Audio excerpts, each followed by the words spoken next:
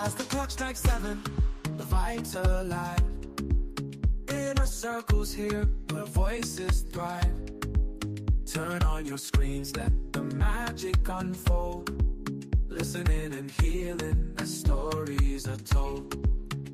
Come on, come on, this is your time. No topics too tough, just heed the call. From mental health woes to justice we seek. Together we rise for the strong and the meek. A safe space for all, let's lift every voice.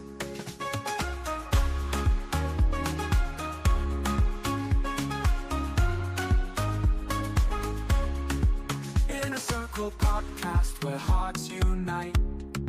Sharing our truths, bringing hope to the light. Community strong, we're never alone. Together as one, we've created a home. With laughter and love, we break down the walls. No topics too tough, just heed the call. From mental health woes to justice we seek. Together we rise for the strong and the meek. A safe space for all, let's lift every voice. So join the conversation, let's set the tone. Inner Circle podcast where love is well known. Good evening, everyone, and welcome to another edition of the Inner Circle podcast. Today is Tuesday. October 28th. Monday's already gone. It's like we're already into holiday season. But anyway, welcome, folks. I'm your host, Abe Kumara, and tonight I have my two co-hosts, my man Peterson from the Winning City of Chicago, and Miss B. As always, the dynamic Miss B. Welcome, guys. Hey, what's up, Abe? I've been gone all last week. Couldn't get on last night. I missed the show. I missed everyone. I'm so excited to be back tonight. My week was busy, and then my weekend, I came home. You would think I would have been tired. My weekend was busy as well. So all week, last week I was at a conference called Opportunity Finance Network. It's basically a network of banks. So for 5 whole days, I were in 12-hour days of learning about funding, lending, loans, different type of loan products, different banks, who's giving money to who. I couldn't believe it was my first time at this conference. The conference was the 41st one of its kind, first of all. Happens every year. Next year, they'll be in New Orleans, and I would definitely be there with them. But there's a conference just for people working in the financial institutions. Like, who knew, right? And are having conversations. I mean, like the level of deals that get made at such places is it was overwhelming. So it was really Okay. Miss Retchen Bruce. And so I just want to shout out to her. She's phenomenal. 45 years of being in banking in the finance industry. She's just a powerhouse and she's retiring, and people couldn't stop talking about her. 2,100 people were at this conference, and I think everybody at the conference knew who she was except me. And so, it was amazing to meet her. Her name is Retchen Bruce. Let me say it the real way. Weshin. Y'all know Weshin. Weshin, I will have your name, Weshin. The white people, they have me pronouncing the name wrong. She was like, you should know better. So just kind of wanted to share a little bit of that with you all. And then Cat Williams was in town on Friday. Did you guys get to the show? Abraham, did you make it to the Cat Williams show? I was in Des Moines, Iowa this gone weekend. So I know he's either been in Chicago already. Peter said he's on his way there. So let me tell y'all thought Club Shay Shay got all the juices or all the goodies, all the G's, all the gems. I couldn't stop laughing. I mean, from 8 a.m. until 10:30 p.m., Cat Williams brought some legendary people on the stage. First of all, Mark Curry from Mr. Cooper was there. Tommy Davidson from In Living Color was there. And they were still funny, you guys. Like, Really, really funny. I couldn't stop laughing. My jaws was hurting. But some good facts that Cat William gave us, and then we'll get into the topic. Cat William talks about the fact that they're always telling about reducing our cholesterol and bad mouthing cholesterol. Guess what the brain is made of? Cholesterol. Yes. Okay. Okay. I was like, I keep on Googling this stuff. Like, how does man be knowing the things that he know? He said, imagine they told you fluoride is good for your teeth and your bones. He said, now one study has ever been done.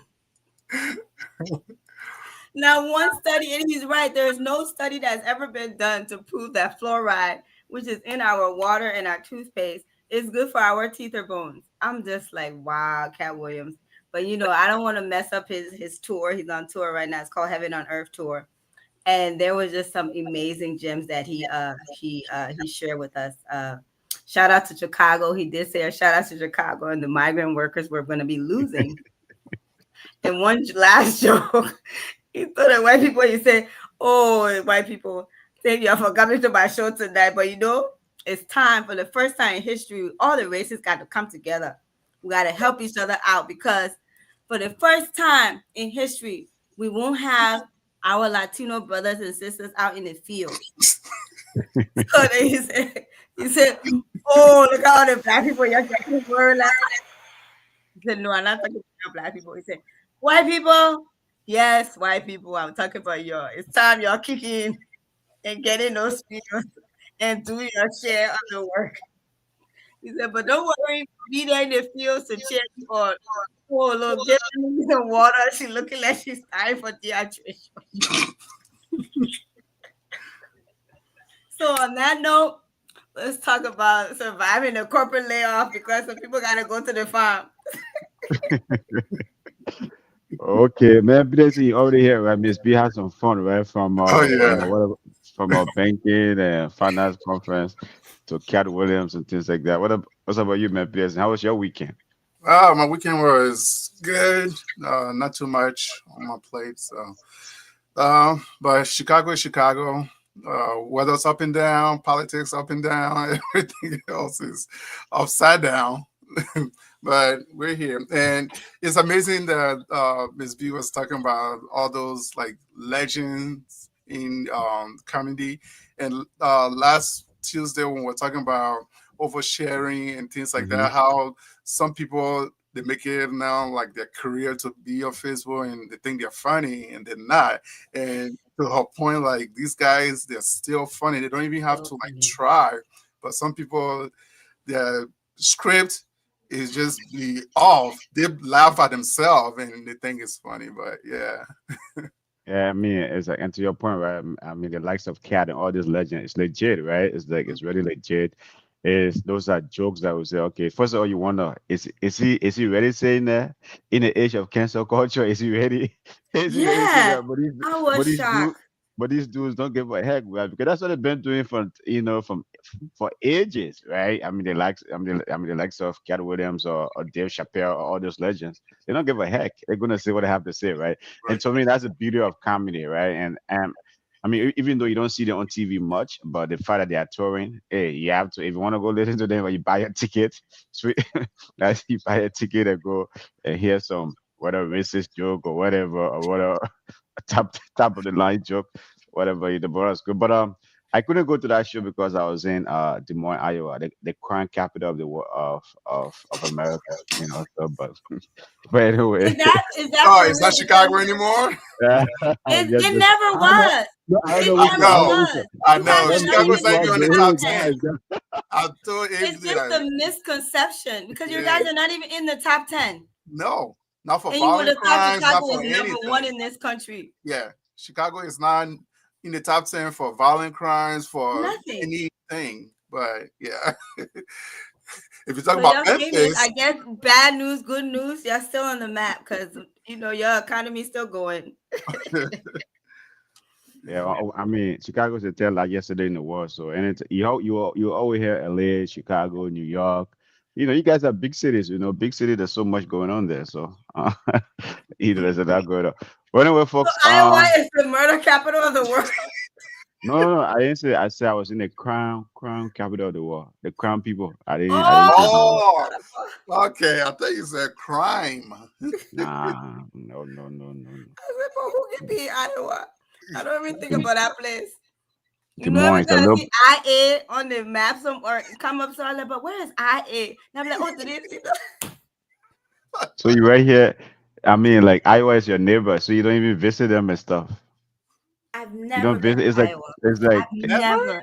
I've never. you have Wow. not been to Iowa. I've been to Columbus, Ohio, but never to Iowa.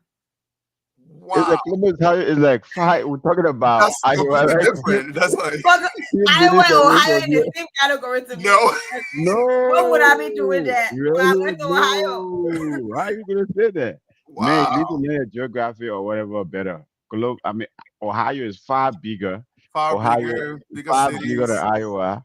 Yeah. Okay, and then you're gonna compare that. Come on, man. I'm not Come on. comparing them. I'm saying they're two states that they don't come up. No whatsoever in my vocabulary. Like I'm gonna go to all the states, they will be the very last.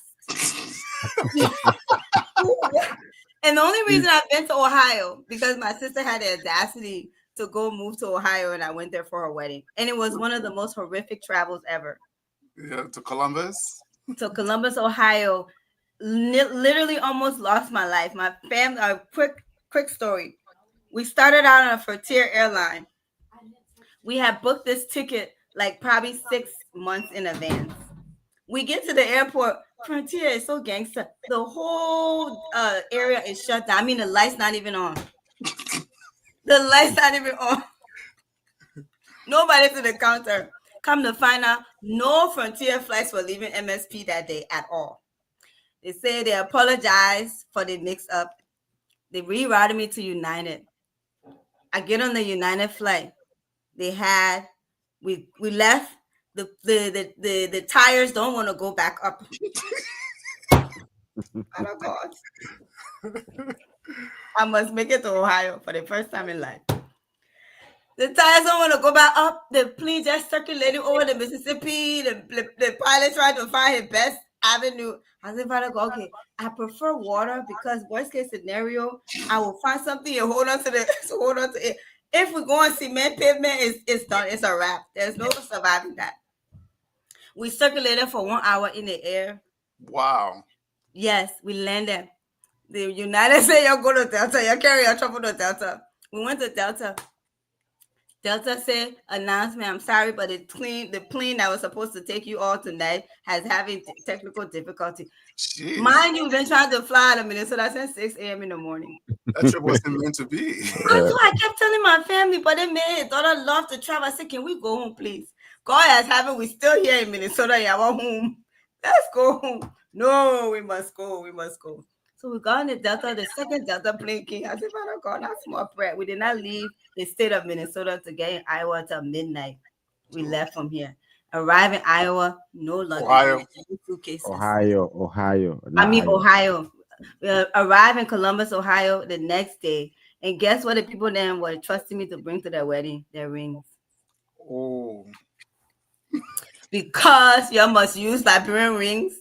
And why the person who had the ring came to Minnesota, me leaving from Minnesota, going to the wedding in Ohio, held the people rings. Luckily for her, I took the rings on the plane with me. No suitcase, nothing. My bridesmaid clothes, nothing come me. Nothing doing. My family. I said, you see, you must come. Just driven. That part. Drove. It was, yeah, because how far is Ohio from us? I don't even know. 14 hours drive. We would have made it sooner and faster. 14 hours drive. I mean, if you're going to Columbus, I think Cleveland is 14 hours. I mean, Cleveland is 14 hours. I think like Columbus is another hour. It's another hour or so. Another hour. But that was my first and last experience with going to Ohio. I'm not going there again. Okay. You have to try Iowa. Ohio is a nice state, though. Let me just say that it's a nice state. What? The crown capital is Iowa. Iowa is the crown capital for the crown people. Crown people. If you go to Des Moines, it's over there. Sorry, folks. What are they doing there, Brad? First of all, That Grand I'm Gita, not then I gonna get. open Grand Gita over there. They go establish Oh, Grand well, Gita. first of all, everywhere you have Grand Jita, and then next door is Nimba. So it's like, the more, and And anyway, it's, my yeah, and it's Musketeers, Cedar Rapids yeah, and yeah, Chicago, I know Musketeer, right? Muscatine. Yeah, Musketeer, whatever, yeah, yeah, Musketeer, Muscatine and Cedar Rapids. That's and like, Cedar Oh, Rapids. Okay, Peterson, you from where? Nimba? yeah, Oh, you're you know, Nimian. yeah. you go Y'all are Dumont, very smart people. Don't mind Abraham. okay. Anyway, let's wait. I mean, that's a topic for another day. Where you have the Bureau Liberian tribes, 16 Liberian tribes. Where's their base? That's a topic. That's true. That is there we did. Okay. Okay. By the way, folks, tonight's topic is America jobs surviving the corporate layoff. It's like the news these few days where you look Target 1800, Amazon initially I had 30,000, but it said the first 14,000, and then UPS, it's like everywhere, all these major companies. Just layoffs, layoffs. I'm wondering, is that, okay, what's going on? Are we about to enter a recession? I thought we should be in a golden age of America. Are we about to enter into a recession? And what's going on here, right? Is like, and then the other disconnect I see, right? Every day, like for those of us that follow the market, the stock markets are record high, record high. But then all these companies are laying off. Okay, what's going on? AI. Yeah. I told you. And before you even answer that, I remember a few weeks back, sometime either last month or a couple months back, we're talking about how all these policies would affect like giants like Amazon and things. And Abe said, nah, no, not Amazon. Is Abraham really a Republican? Because he don't seem to be knowing what's going on, right? At this stage. Yeah, we said yes, not only the mom and pops shops and not the agricultural sector, but this was going to affect like major industry. And at the time, we were a little like skeptical. We didn't just say yes, it will. We said yeah, we think it will. But now, like the ball is rolling, and all these big companies are being impacted, and it's mostly by because of policies. It's not just like, oh yeah, the economy. I mean, what policies or Peter to make that make sense? There's not a policy where companies, I mean, they are doing the layoffs because obviously, right? I mean, they are talking about the argument here is efficiency and profits, right? Their companies are becoming AI. more efficient, so they need less people. So, like, I mean, the policy issue maybe you might want to bring up here. The right, I mean, obviously the government is still shut down. We had that about almost a month ago now. I mean, they're still dragging that thing. But the policy is talking about you have the immigration crackdown going on, you have the tariff, but those things, right, and you have a high inflationary environment. But those things, when you really look at it, though, they are not really affecting companies right now. Not really. I mean, you don't see that. You don't see the impact on those companies right now, right? You just hear about uncertainty, but you don't really see the impact. But then to have these huge layoffs, you know what I mean, and stuff like that, and you can't really. To me, I can't really. I mean, connect the dots.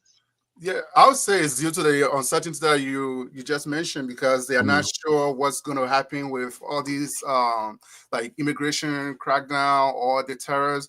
If it's going to like a lot of people were prepared like, oh, okay, let's bring manufacturing back here. Let's import a lot of things so that we can get ready for the tariffs. But then it's like confusing because it's really slow affecting. It wasn't like an immediate impact. So Mhm. And Okay, let's see. the holidays is gonna be worse because businesses depend on the holiday season to get in the black. They're in the red and they want to get in the black during the holiday season. Hence, this is why we have the Black Friday, because that's what was businesses will be in the red, and so they were hoping for the holiday shoppings to put them in the black, so they would have a good fiscal year ending. But the holidays are going to be even worse, and which holiday shopping has been dropping for the last 3 years, right? It has not come back to what it was pre-COVID. And so as businesses are depending and relying on, again, the holiday season, I just wonder what's going to be, what businesses are still going to be in business come January, come next 2026 first quarter. It's going to be worse. Okay.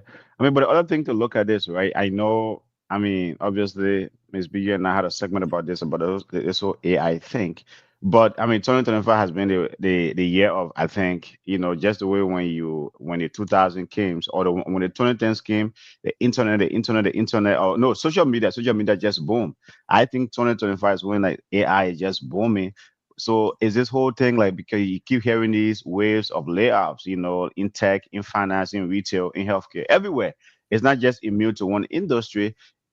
Is this going to become the new normal? Should we all be worried, right? Should we all be worried that, hey, maybe maybe like, man, in the next few months, right? I mean, because I mean, these companies, as much as I mean, some of them, the reality is, or what they are telling folks, or what they are telling their investors, is for efficiency and profits, but they don't need so many. The Amazon is saying they don't need so many workers anymore. Like between now and 2030, they might lay off up to 600,000 people because they don't need them, and they might not be replacing these folks. Is this going to become the new normal? Should we all be afraid? When I was saying this, I want to believe 2 weeks ago I was telling you, said, oh, oh, they were reaching people to do other things. And this is the thing, it's like, this is all strategic. It's like, you're gonna have job be having the idea of having a job is going to be a dream, right? And it's going to be such a huge commodity to have a job. Now you're going to have too many people in the market competing for one job, right? And so some sectors will benefit for this thing, right? I think colleges are reporting increase in enrollment, whereas But what are they during the learning? What are they pandemic. learning? I mean, what are they learning to be relevant? Because even these college kids, right, just to hold you there, right? Even 2025 graduates, okay, they are struggling to, to find jobs And in so their area those of, two things are of not study. those two things are not having conversations with each other, because on one end, traditionally, you feel like, okay, if I'm in the unemployment market, I can't find employment, what should I go do? Up my certification, up my education, and that in return will result in being able to be more competitive in the job market and find me, a good wage paying job. And so when we're in that psyche, that's why you're seeing this increase, because you're seeing a lot of layoffs. It's the job market is super competitive. I know a lot of people that are vigorously looking, like you said, Abraham, and can't find it. And so if you're an adult, right, if you're in the ages between 40 to 50, you figure, okay, I got the next 10 to 15 years to really work. What am I going to do? I'm going to go to school. And now you're competing you have the 40s, the 50-year-olds are competing with the 22-year-olds and 25-year-olds for these entry level positions. So really what it is you're creating this sense of scarcity, which is strategic for the powers that be, for the higher ups. You're creating scarcity around employment. And at the end of the day, scarcity around employment is scarcity around wages, it's scarcity around the ability to hold a roof over my head, right? And so what happens is the little people that cannot withstand this level of scarcity, they're going to leave the market. And you're going to still have Amazon will have impact, but like you're saying, is they know what's to come. They're strengthening themselves. Like, these people are buying major land, they're opening not distribution centers. What's the things then that hold all the information, all The the data Data, centers. information? data centers. Data centers. Data centers are the huge things that city council members are approving across the board. For them, somebody's owning the land, they're paying taxes on that land. That's how the city is feeling like, oh, we're going to get good income. But they're not seeing what else is coming down the line. If companies are buying land only to create warehouses, not to put employees in those warehouses, which traditionally was, we will give you money so you can create jobs, but you're not creating jobs to go in these warehouses in these large square spaces. You are creating data centers to do what? Support these AI infrastructure, your so-called efficiencies that you guys like to talk about. Oh, efficiency. And I use GTP for the first time at work. They loud. That really something that would have took me an hour, I did it in 5 minutes. Seriously, that was my advice to her. You see the power of Inner Circle podcast. By the way, Yeah. seriously, go ahead. Go ahead, Dado. Go ahead, I Dado. used it Go at ahead. work yesterday. I said, Father God, they have created a monster. No. Efficiency, Miss B. Efficiency. Yeah. Let's So go. to Ms. B's point about creating this scarcity for jobs, and then people competing. There's been time in the past where in like my field, uh, I will be on LinkedIn or Indeed, and there'll be a position with a like particular company. And when you see, sometimes they will put like number of applicants. You just see like 400. I'm like, jeez, there's one position, There you go. 400 applicants. And your friend to apply. He say, oh Yeah. no, So hell with no. that, how do you even And compete? so that is Because an algorithm. We were just talking about that. That is an algorithm that's going to pick out the top out of that 400. So yep, your application may not even make it to HR. So yep, HR has a pre-algorithm that decides what applications to come, what's meeting the most of the requirements based on the mhm, job description. Then when it gets to HR is going to sift through those and schedule interviews. And then the department heads now will get to be able to have conduct these interviews. But she's at 3M or Cargill. One of the ladies, she's like, no. First of all, she wasn't getting any people of color, so she told HR, "Don't sift through my applications anymore.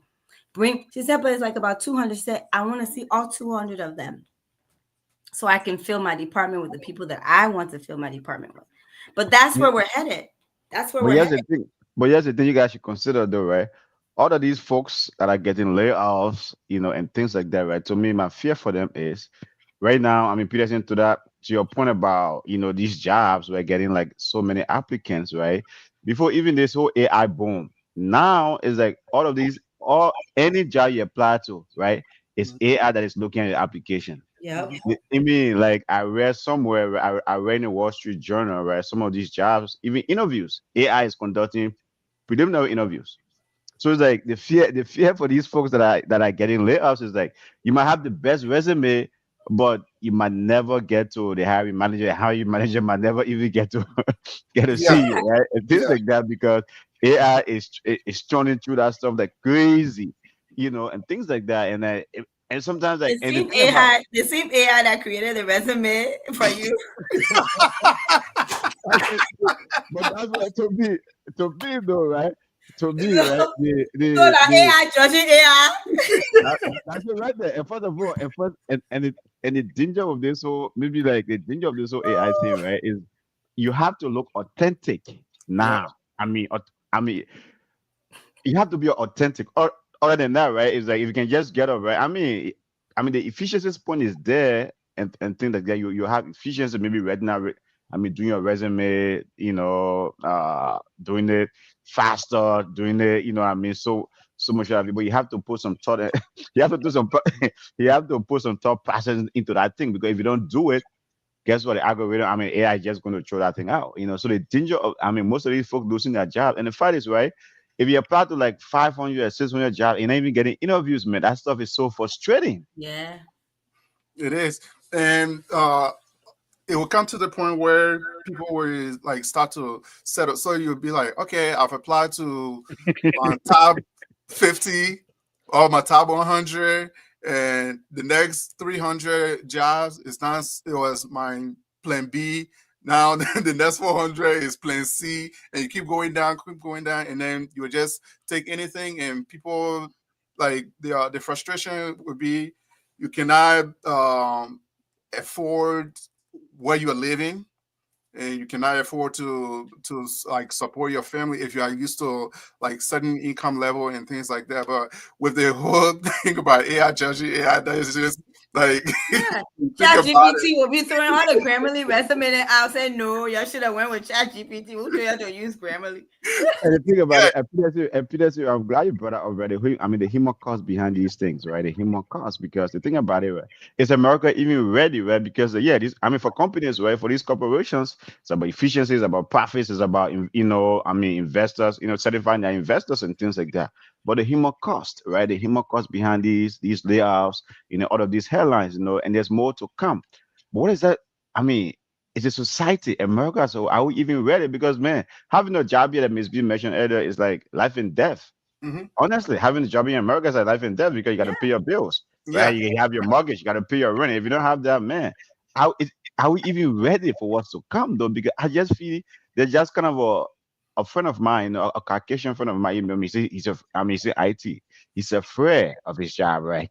He's afraid that he might lose his house, right? And things like that. So you wonder how is is this society even ready for this? No, we're not. And I think it's almost like we jump on this trampoline and we are just springing out because, yes, there's been rumors about AI in years past, but like you said earlier, this year it's like everything is just like AI, AI, AI, AI. Interesting. Companies, every company that I've heard of, our customers, our suppliers, they all have implemented some form of like AI infrastructure within their company, whether it's through HR or it's IT or like every department, they are hiring just like AI experts. And now these are people that go in and take some certification course. Like Miss B was just saying earlier, if you get laid off, you go in like up your education. There are some people who were ahead of the game and they went ahead and got like some certification in building the AI infrastructure, and companies are looking for those people. So if you are just an entry level guy in, it doesn't matter which field, they are looking for those people with AI knowledge so they can come in and say, okay, well, the job that three or four people are doing, how can you do set it up so that only one person or two persons can do this job, and then the rest of it goes to just the this efficiency, but I think is inefficient because if you consider the human cost, like some of these people, they have been at the job for a while, and then all of a sudden they say, "Oh, there's a reorganization announcement," and then like, "Oh, this person," and then sometimes they try to sugarcoat it or they try to polish it nice and say, "Well, it's not the person that got laid off; it's the position that got canceled." Eliminating the position. They leave it at the position. Yes, we're eliminating the So position, not the yeah, person. Yeah. And but why are we shocked though, right? We think about Terminator. yeah, Terminator. We think about iRobot. These movies have been telling us for decades that machines was going to take over and come and do the work of humans. And you think about every business, the highest expense is human capital. Human staff time is the highest expense, right? What one employee, how much does that cost? Like when we hire folks and they're like, oh, they want to make $15,000 more than what we advertise. I said, I may hire to pay you 80,000, but you're costing me 100,000. That's what it is. And as an employee, you're not thinking about the other end of that. As how much the company is, how much you're really costing the company. When we figure in benefits and everything else, you're costing me $100,000, even though you may look at, oh, they only want to pay me 80,000, because I have a budget that tells me how much is going to cost me to have each amount of staff on. That's including how much I pay you on your salary and the cost for me to benefits. I'm paying employers taxes for you. I'm paying workers comp for you. I'm paying medical. I'm paying 401k, and the list goes on. I'm paying life insurance. We offer life insurance if you pass away. Most jobs do. The offer it's like a minimal amount, but still, right? Tax that across. My goodness, you know how much money Amazon just saved themselves? 14,000 people. Of course, it's gonna be more.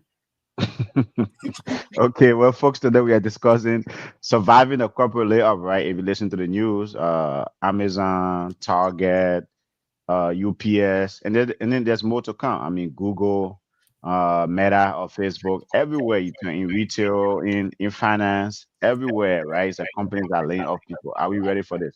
You can contribute to the comment tonight by putting a comment in the chat. Calling our number 952-594-5154. But I mean, let's look at this from the immigrant lens a little bit, though, right? I mean, we are immigrants who come here, we love education, we go to school. I mean, most of us are professionals, even though we are the noisy major, like minority.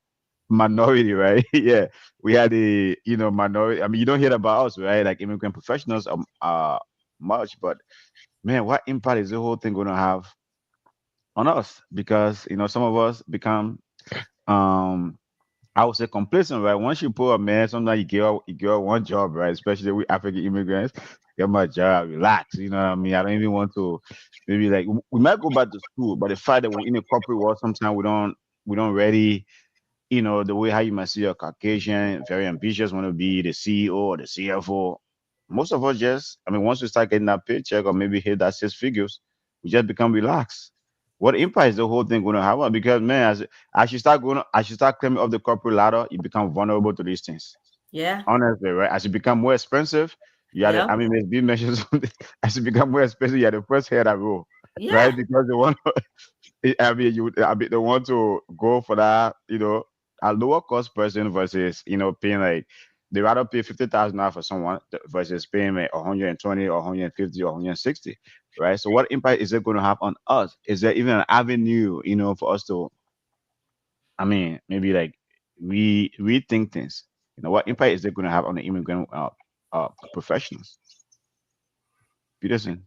Yeah, so I think when you said the noisy minority, but I would with say I would say maybe the let's say the quiet silent, majority. yeah, I'll say Yeah, the yeah, yeah. silent Silent majority majority. Yeah, that's what I was because trying to say. Yeah, yeah, yeah. That's what I was trying to because say. the immigrant population is what makes this like economy and what makes this Yeah. country move. Hmm. So, but it's gonna have a huge impact because, like you said, a lot of us, especially from African backgrounds, we settle a lot when we get Hmm. into that position or into that job. Once we are comfortable, like we don't want to do anything else to even like improve your skills.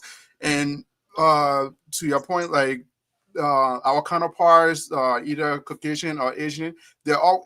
This is why even when you are at a job, your immediate like leader or manager, they will usually ask you, like, so what are your goals for the next 5 years, 10 years? Where do you see yourself? Even if it's not in this company for your career, what's your like career trajectory? Like, what do you plan to do? But a lot of us, we don't like think about that, especially if you are in the high earners or like you said, 6 figures. We're like, hey, I'm making 6 figures, or I'm making 6 figures on paper, even if I'm not bringing that home, Tell but me about it. it's on paper. But we tend to settle a lot, and I think a lot of us would just have to like find ways to like improve your skills. What else can I do? What else can I bring to the table so that I can benefit me over the next person? So, Abraham, what are you recommending to change ours to improve our skills? Well, the thing about it, right? The thing about it, like AI, right, is even adapting faster than our skills are adapting. I mean, if you've been in corporate world, if you've been in corporate world maybe there for 20 years, 25 years, right? If you are in an area where like is maybe like vulnerable to AI, okay, what are you? To me, is like the question I'm asking. Okay, what are you really going to learn at this point, right? To to to to improve it, because this thing keep adapting. Even those that are that are developing it or that are deploying it, they don't even know. Companies will tell you, don't even know the impact it's going to have. I'm telling you, they don't even know the impact, where they have not yet grasped the full impact of it, in terms of, is it going to, I mean, is it going to replace everyone? Is it going to replace the majority of people, right? So it's like, even, I mean, even educational institutions, are they ready for this? Right? First, you must say, oh yeah, go learn cybersecurity, go learn IT, go learn this, go learn that. But first of all, But I folks think that are even going to IT is a threat. Even but IT is being threatened right now. folks that are going to IT, you know which IT you're going into, bro. I mean, I can tell you, honestly, those are the first places. I mean, when you look at companies, when they are cutting, IT is the first place. If you're IT is the first place, because that's where they deploy this technology first. Okay. Okay, so what are you going to tell someone to learn? Maybe like a medical doctor, but how are you going to treat AI someone is in every industry, and you're everywhere? smirking That's the about it, thing, right? but That's the they will thing. start conducting surgery. Now you have to think, as a human, I would still want to have the option to say, do I prefer the man or the machine? But at this point, and then the thing is, they're making machines that can kind of provide you the ability to not even have surgery. Like, just imagine some of the surgery that used to take you 2 days and you need to be in the hospital for a week recovering. They got a lot of same day stuff happening now because of the devices that they have created for the surgery. And at some point, they will be having machines conducting these surgical procedures. Because I was at the conference and AI was all over those workshops, and they were talking about AI in banking, AI in financial institutions, right? You're thinking, okay, you're always going to need a human person in banking. No, Wells Fargo is letting go a lot of their real estate. And every time I log into my account, Fargo is doing great things. That Fargo device or AI, Fargo tells me what my spending looks like, outlook looks like for the next 2 pay periods based on the history of my accounts. It tells me if I'm going to be running low based on what's coming in and what's going. I mean, the thing that the banking is doing, that alone right now, I don't think a human being would be doing that. And so all industries are going to be impacted, are already impacted by AI.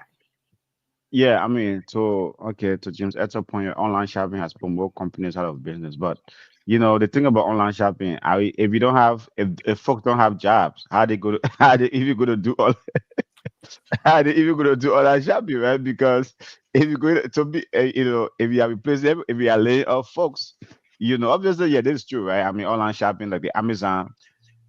Are we all going to become delivery drivers? Maybe. Who knows? But who are you going to be delivering Yeah, to? If exactly. Who are you delivering to? Oh, And that's why I said this thing is strategic and intentional. We're laughing about it, but you figure like, how do you eliminate competition from the market?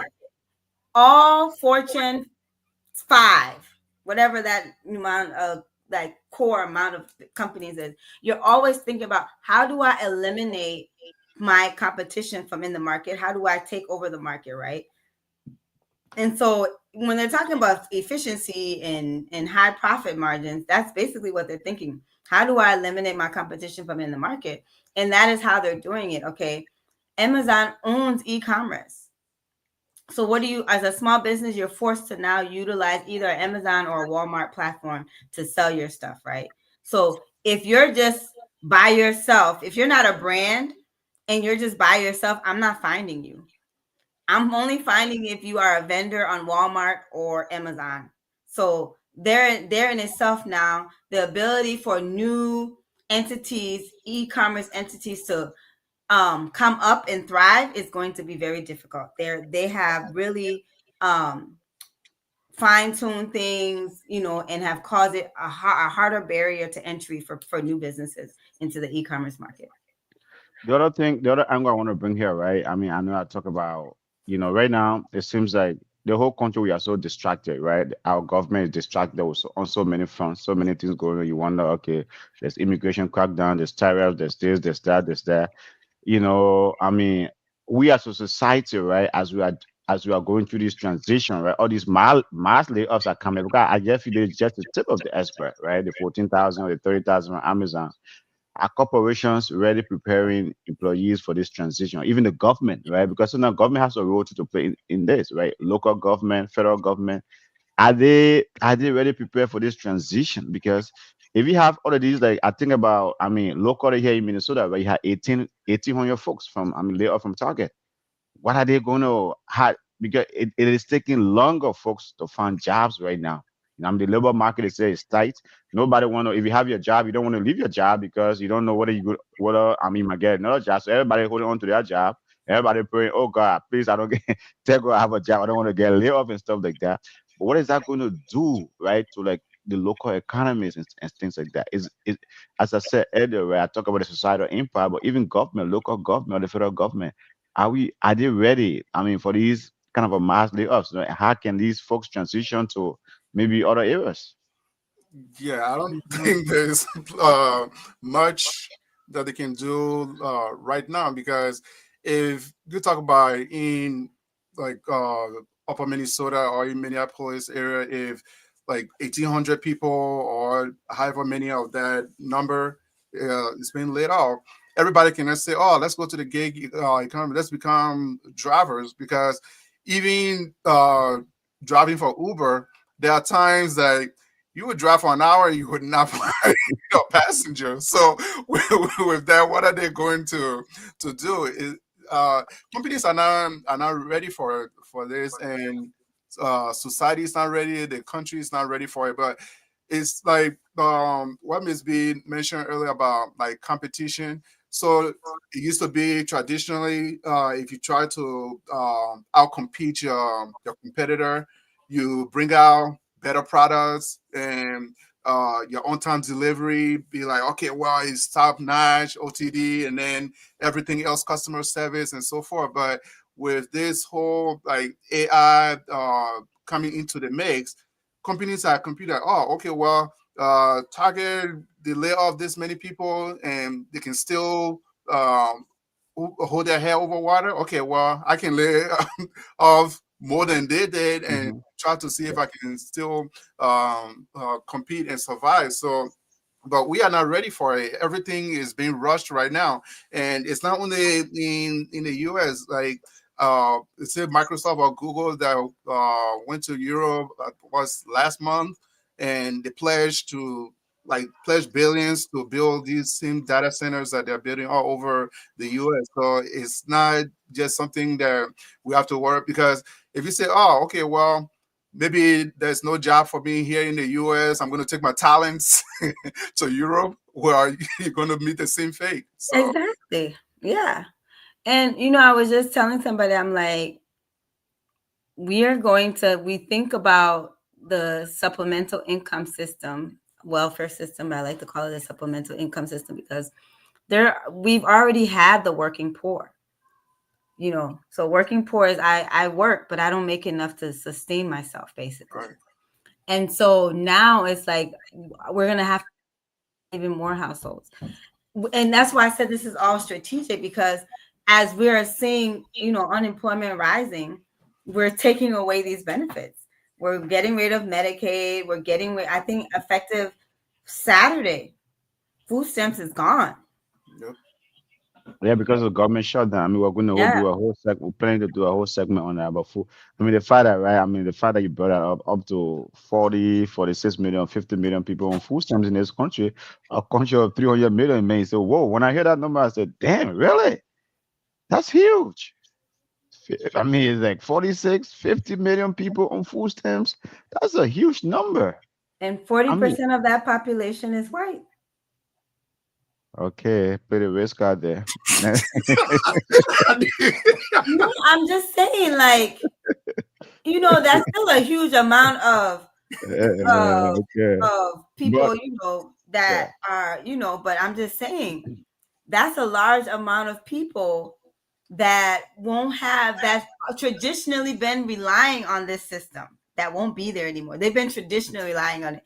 And now what about the new people? Because what happens if you get laid off, you go and apply for unemployment, and then you are now able to apply for all these benefits. So they calculate your unemployment, and then they realize how much food stamps they can give you, and so on and so forth. And not even every state operates, and I say Minnesota, democratic social state. Not that many states operates like this. Was at the conference, and 55% of the Black people in this country are literally in the South. 55% of us are in the South, in those red states. And when I say in the South, they're separated among 5 cities in the South. Florida, one in Florida, Alabama, Mississippi, Texas, and Georgia. So that 55% is dispersed between 5 cities within those 5 states I just mentioned. And so just imagine those states that I mentioned being red states and not even having those type of supplemental resources, right? It's about to get nasty. And when you have people unemployed and broke, what's going to happen? Crime. Yep. I mean, it's. I hope we don't get to that. But man, it's like out of these folks to know we are discussing surviving the corporate layoffs. If you have been listening to the news lately, Target, Amazon, UPS, everywhere. I mean, Walmart. I mean, it's everywhere, And these are right? some of the largest employers in this country we're Yeah, talking I about. mean, yeah, it's everywhere. So as folks get laid off, man, it's like is these are everyday folks like us, and that's why we are here discussing it tonight. Anyone, it can happen to anyone. I talk when it comes to layoffs in America, especially when you're in a corporate world. I tell folk when you're in a corporate world, no one is safe. Nope. Even CEO sometimes are not safe because if that stock price is not, doing what it needs to do, right? Hey, the next minute, if you're not performing, if you're not, being efficient, as we are discussing tonight, deploying the right tools, you might get, you might be let go. So no one is immune when it comes to layoffs. No one is immune. So the human toll is real. But Miss B, though, you guys that are in the nonprofit world, you know, what preparation are you guys making for all the worries of people? As you said, all the it might be anything about it, right? It's like sometimes in America, we all live paycheck to paycheck. You never know it, right? Peterson, you and I had a segment on here, but you mentioned something about, the rule of thumb is have 6 months of saving. How many people have 6 months of saving in this country? Honestly, I right? mean, we have We two are months. even talking, we are even talking Oh, about this six show months. that How many people have yeah, 30 yeah, yeah. days? We are How even many talking people about this have show 30 that days? we are talking about this show that but the funniest thing to me they say, oh, like the folks are not getting paycheck, maybe like the 2 weeks now they are not getting paycheck, 1 month they are not getting paycheck, and they're talking about their mortgage. So I said, but wait. I thought you say people might have 6 months 6 months of service. So what happened? That's a I great thought about point. it. I thought about you, Peter. I said, but wait, what happened to the 6 months of service, man? But that's the danger to all this, man. In this country, how many people have 6 months of savings? I think we're just gonna have to. We're resilient. At the end of the day, I know my folks. We've been going through this hustle, and it's like we're gonna figure out how to, to stay afloat. Families got to move in with families. We have to economize our resources. That's what's gonna happen. Like at the end of the day, right? Uh, People are gonna have to sell stuff. I know the pawn shop's about to make a lot of money. Oh, man. People are gonna have to be pawning stuff. And I mean the hustle economy is gonna struggle too, because if you think about all the people who have figured, okay, let me open a business now, right? Let me open a business. Let me open a business. You opening a business now in 2025 when people are 100 years, Delta is celebrating 100 years old. Like, who are you competing with? That's some of the reality now. I don't even know if I'm telling people to start a business is a viable solution. We are It not is. prepared for this. We really don't know what that solution is here. But we're here on Inner Circle trying to figure it out together, folks. It's always establishing a business is always a viable opportunity, though, right? I think it's always a viable option, depending on what's hot. There are a lot of areas right now. All of these startups, AI company, I'm not saying you and I or any of us, especially in our in our community, can establish an AI company, right? But hey, there's always an opportunity there. The thing is, right? As these mass layoffs happens as it's coming about, there's the mental, maybe like we might even have a mental health crisis or emotional. Are we a mental health crisis because as folks get layoffs, they don't have money to pay their mortgages, their bank account get drained, and folks get frustrated. And the thing about America, man, that year you can know the value of money, it can really, really depress you for real. Because if you're not paying those bills, man, is that you worry. And they're gonna be breathing down your neck. Hey, your bill is due, or we're gonna shut off your cell phone, or we're No gonna do this, mercy. or we're gonna do No that. mercy. No, it's capital. It's a capitalist society, but on so many levels, mental health, the emotional stress, all these things going to bring. On so many levels, I feel like society we are not ready for this, right? Because it's not only you hear any layoffs, right? I said it got me thinking today. That's what Miss Bisa we are discussing this. We are not ready on so many levels, man, on so many fronts. Peterson. Yeah. So, like Ms. B rightly said earlier, with all these mass layoffs, the one thing that is sure going to go up would be crime, Mhm. and on top of that, you're gonna also have like mass mental health breakdowns, like depression, and when traditionally when people say, "Oh, mental health," we just think of, "Oh yeah, somebody like slamming themselves against the wall." No, can get like go through major depression, because if you don't know, like how you gonna feed your family, or how you gonna like pay that next bill. What are you gonna do, and where do you turn? Because right now with the way everything is set up, you can't go and even apply for that like unemployment, because what are you gonna get from there? But So who's processing it, right? With the yeah, layoff, is unemployment available to be processed? I don't know. yeah. Well, unemployment is at a local level, right? I'm a Okay, I'm a local government. so each state processes their Yeah, own you speak unemployment. process it. Yeah, but like I said here, I think it was a couple of weeks ago, the end of the year when they say, "Oh, what's the most popular word that for 2025?" We say hope. We hope this doesn't happen. We hope that doesn't happen, and that's all we can do at this point is to just hope, because like we are not ready for what's coming, and like you said, this is just the tip of the iceberg, and we have no idea what's next, but just all indication is it's not going to be good. Okay, Mm-mm. okay. The other thing you hear here, right? I mean, is that for some of us that said I follow the market, I do follow the stock market closely. It's just been hitting records.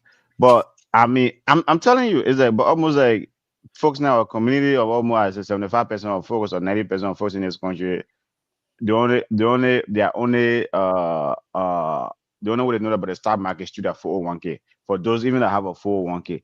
But you see the stock market just setting all these records, but yet as I mean, companies are laying off folks, right? These are companies making record profits, but they are laying off folks, right? The stock market just keep hitting records.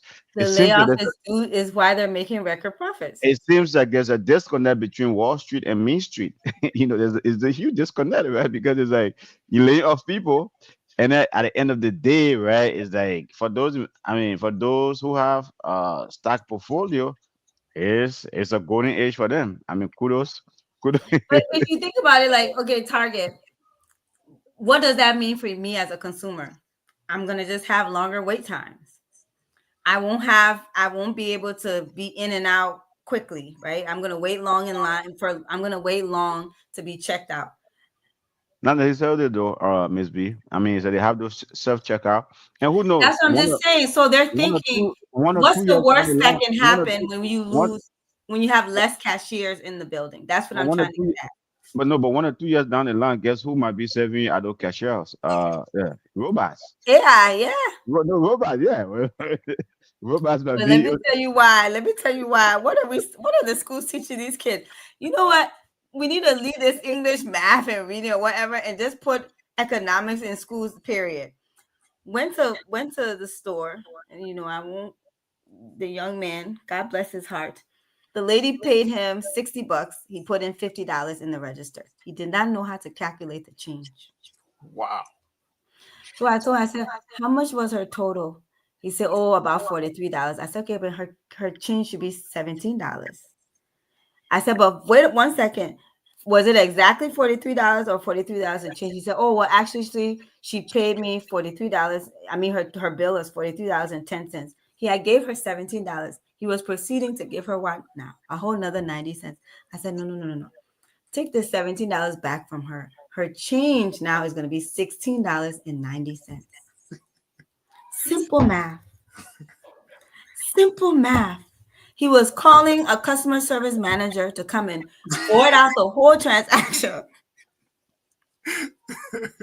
Give the woman back her $60 and re-ring everything up just because he couldn't figure out that $16.90. Well, last Those week are on the those are the So ones that's that why are the people, making the people AI ain't like, see hey, bring AI, bring they AI. want AI, Abraham. That's the why. That's the why, Abraham. The people uh, want AI. last week on the Inner Circle podcast on the business segment, where I have my one of my classmates from high school, right? Who's in he's worked for Old National Bank now. He was here. He dropped some great gems anyway, but I mean, I one of the questions I ask him is you know what I mean? Like if you look at to me, I've always believed that the best education is financial education because even the world we live in, I mean, the best education is financial education, and we'll talk about how to maybe like what curriculum can be in those high schools for this because it's good to learn about money early. At the end of the day, it's going to impact you how you behave, how you do things, how you invest, how you save. Because man, I mean, even all these folks getting laid off right now, I hope they have a backup plan because it's gonna get, as Miss B says, it's gonna get tough out here, and no one, no, I don't think as a society is not prepared for it. Even the unemployment sometimes you wonder if you're ever a type of unemployment is like it is so depressing for folks. I mean, it's like you don't even want to go that route though, right? So most folks sometimes don't even go that route. They just say, gosh, if I can land a job in like 2 weeks or 3 weeks, you know what I mean? I just want to do that versus getting the unemployment because and the thing about this country, right? Not even a paycheck. When you wake up in the morning without nothing to look forward to, whoa, sometimes when working, you get say, gosh, I'm so busy. But when you don't have a job to go to, when you don't have a job to look forward to, that's even worse. For some reason, it's like, I don't The know. first 2 weeks is vacation, but then after that, be like, oh, this is serious. I really don't have a job. Like this is real life. Yeah. This is how Reality it's has gonna hit. be. Oh man. Yeah. Oh God. Yeah, but No, anyway, but this you were asking about nonprofit and yeah, what are you guys? How are you guys preparing for this, right? I mean, you guys are in the non-profit space. Obviously, when my man came, my man there, well, you're good because you're getting free money on a body or whatever, or under that work administration, you're getting some free money. And my man came there, well, you're good. I don't know what are you, the devil, all then the you want me to DI still there, all be this showing stuff. up here Yeah. successfully every week, every Mm. day, every week. Want me to show up here successfully, and you talk about the devil me good. So no, I mean my industry is at risk with every industry. I mean, more and more people are being investigated around your language, who you served. So if in the past, if you turned a person down from accessing resources at your organization because you said you only work with women or you only work with BIPOC or you only work with Black men, you can't do that anymore and receive any kind of federal resource. You're facing investigations and potential shutdowns, right? And so that's the reality in the nonprofit world, right? But on the other side of that too, we're the ones who are going to be dealing with people calling because they can't pay their rent. I've been laid off from work. I can't pay my rent. Where can I find grants? What organization can I go to help me with mortgage and so in other areas our demand for our services is increasing, right? We're seeing more and more people walking through our doors needing resources because of what's happening out there. So, it's a rock and a hard place to be in right now when it comes to nonprofit. Even the food shelves are complaining that they don't have enough food. They run out of food. I was shocked, one of the food shelves that I know, they only take in 40 households a day. And I was like, what? 40 people? With the budget you have, you only can help 40 people, but that's the reality because they go and buy the food from a particular source, and that source relies on donated foods or donations so they themselves can go and buy foods. And so we're seeing more and more people coming through our doors needing support services. I mean, as you try to wrap this up, right, real quick, Peterson here, right? Is this economic model where companies are making record profits, but then they are laying off folks, right? Folks are, going for unemployment or going for services, you know what I mean? They're asking for help, extra help, right? Just to pay their mortgage, just to pay their rent. Is it is it broken? Is it sustainable? It's morally broken, right? Because I feel like these are human beings. I mean, whether I have no Miss B, my political view already, right? Is like something, but at the end of the day, these are human beings, right? Yeah, if you have 14,000 people getting laid off, these are human beings. These are human beings. At the end of the day, like we live in a society where, for me, hey, and the other thing too, I'm a Catholic. I always like to be my brother's keeper. We have to look out for, for folks that are facing, difficulty. But is this economic model sustainable? Like, can companies find a way? Because even AI, but you still have that human being. I mean, you have like 300 or 400 million people in this country, man. You can't just lay all up and say AI come and take our jobs. Is this morally sustainable? Is this Well, model sustainable? no, it's not. But your question about the AI, if it's going to lay off, eventually we'll get to that point where majority of the workforce will be without a job. But this, whatever is going on, like you said, this is like how did I say it? Dog eat dog, dog eat cat type of word. The companies they they care for you as long as you are contributing and you bringing in that money for them.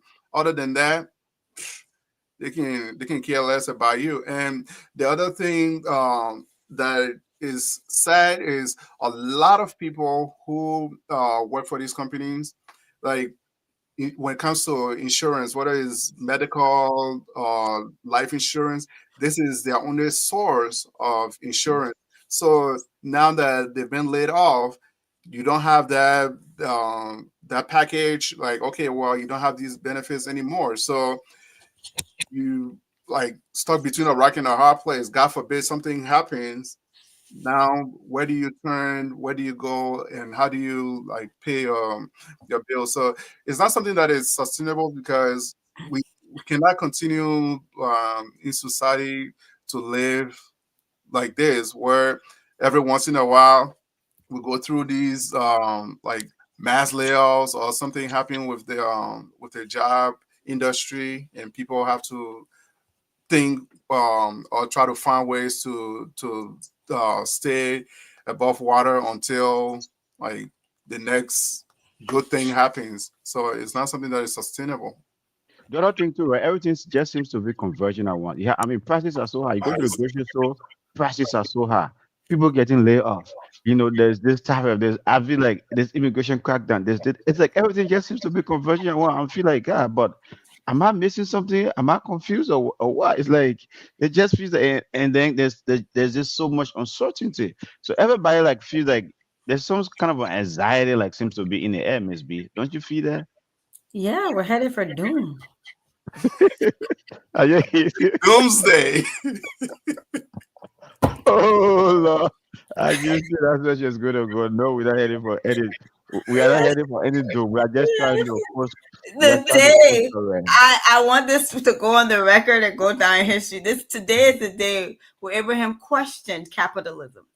No, no, He I did not questioned. question cap. You No, no, I did. did not question. You I did did. not question You capitalism. No, I indirectly didn't. did multiple times here. No, Is no, this no. economy sustainable? Is this I'm saying, I'm sustainable? saying, You're I'm saying, basically you're I'm saying, saying, with is AI is capitalism coming. sustainable? Is it No, no, working? no, no, no, no, no, no. I'm saying That's what you're no, no, getting no. I'm at. saying AI. I'm saying Because you AI. don't I think where in like the cap. I mean, it's like so, you have all these millions of people employed. AI is coming to take over them, right? so It's that like part. There's so yeah, many things.